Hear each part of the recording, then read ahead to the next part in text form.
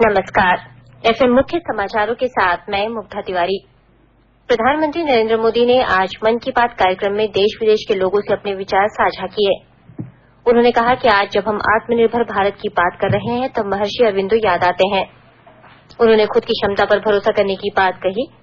प्रधानमंत्री ने कहा कि अरविंदो कहते थे कि राष्ट्र की शिक्षा छात्र के दिल दिमाग की ट्रेनिंग होनी चाहिए।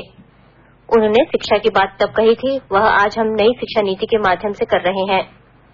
उन्होंने कहा कि कृषि की पढ़ाई कर युवा अपने आसपास के किसानों को उनसे जुड़ी बातें समझाएं, इससे किसानों को फायदा होगा। प्रधानमंत्री ने कहा कि देश के लोगों को एक खुशखबरी देना चाहता हूं कि मां अन्नपूर्णा की प्रतिमा कनाडा से भारत आ रही है। यह 100 साल पहले 1913 में वाराणसी से चुराकर भेजी गई थी। गृहमंत्री अमित शाह ने कहा है कि सरकार आंदोलनकारी किसानों से बातचीत करने को तैयार है। उन्होंने कहा है कि कृषि मंत्री ने उन्हें 3 दिसंबर को बातचीत के लिए बुलाया है। श्री शाह ने कहा कि सरकार किसानों की हर समस्या और मांग पर चर्चा करने के लिए तैयार है।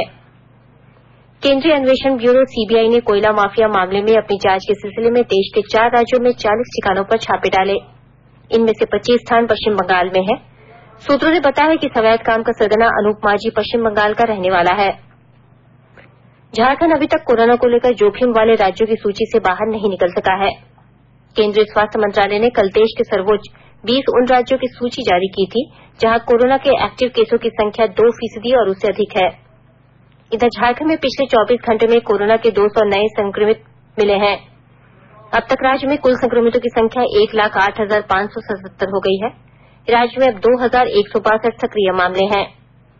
कर्मचारी भविष्य निधि संगठन ईपीएफओ ने पेंशन धारकों के लिए जीवन प्रमाण पत्र जमा करने की अवधि 28 फरवरी तक बढ़ा दी है। इससे ईपीएफओ से जुड़े लगभग 35 लाख पेंशन धारकों को फायदा होगा। यह फैसला कोविड-19 महामारी और बुजुर्गों के इससे प्रभावित होने की आशंका के मद्देनजर लिया गया है। एफएम मुख्य समाचार समाप्त हुए। अगला एफएम बुलेटिन कल सवेरे 10 बजे प्रसारित किया जाएगा।